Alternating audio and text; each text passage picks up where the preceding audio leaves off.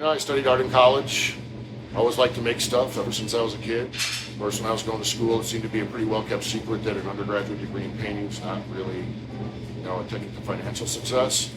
So I ended up getting a corporate job, worked for Kinko's, the copy place, for almost 20 years.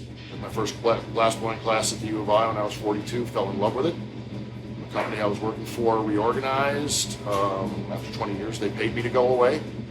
So they paid me to reinvent my life, so that's what I did it for. So I had the choice of going to get another job for another company, and I loved Kinko's. It was a great company to work for. I would have stayed there for 20 years, but I was never going to find another company like that. So for me to get another job as a director of training someplace else, I was not motivated to do that. And as part of my severance package, I got career counseling, and when I did all the testing, they said, how were you ever successful in this job? Because you don't test out for it at all. What did I test out for? This. So that was the choice. And I was fortunate. I already put my son through college at that point. I didn't have the financial risk I might have had at a younger age.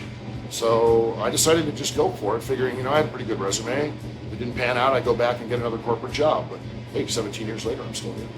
I took classes for 4 years at the University of Illinois, actually through an adult learning program with the community college here.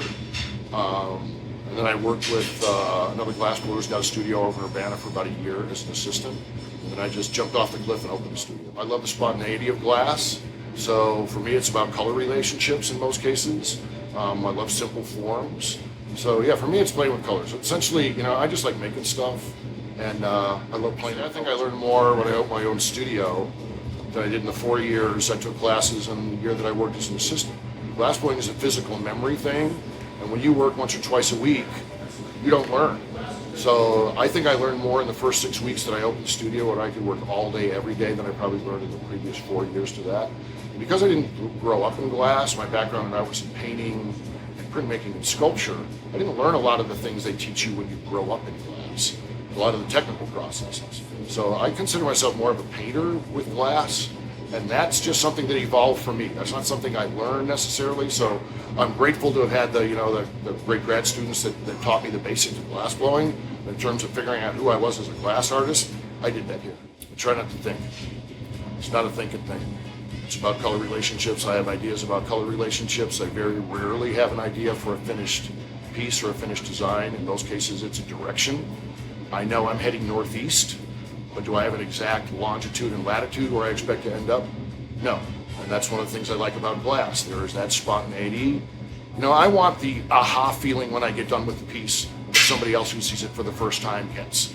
So for me, again, just a general direction, play with colors. Maybe over a series of 6 or 7 pieces, I'll work out a color design, kind of imprinted in my brain. And then, every time I do it, it's going to be a little different. But it's an evolution thing, definitely. Not a revolution. I'm limited because I work by myself. A lot of glass artists work in teams, or at least have an assistant. I like to work by myself. Art was always kind of a solitary thing. I've been stained glass for 25 years when I had the corporate job.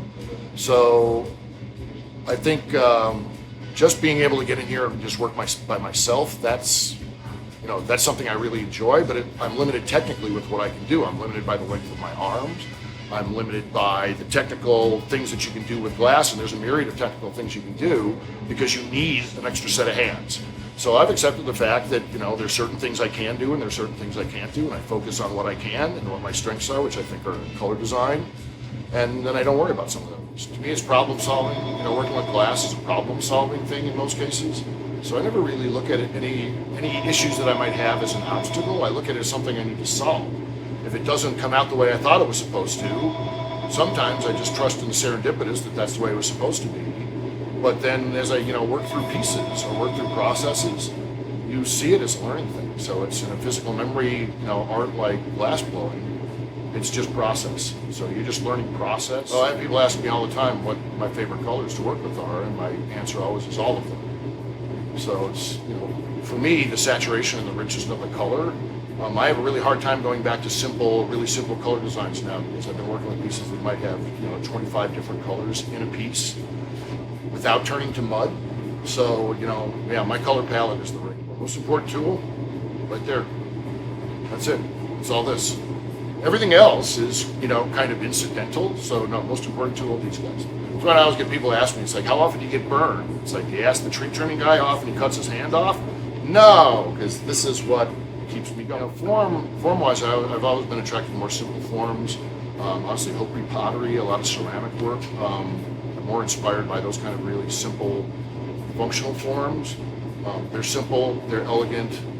When you do a little research, you start to realize that there was actually a lot of thought and a lot of science into a lot of those very simple forms. So I love those kind of things. And in terms of color, I can get color relationship inspirations from anywhere. I mean, flowers on the side of the road, sunsets, photographs from the Hubble telescope always blow me away. They're just such a saturation and such a variety of color.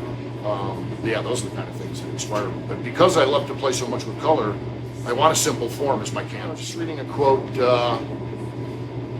from Martha Graham. She was having a conversation with Agnes DeMille, and Agnes DeMille was disappointed with work that everybody was raving about that she thought was just mediocre. And Martha Graham told her, there's this thing that comes through you that only comes through you, and it only comes through you at this moment in time.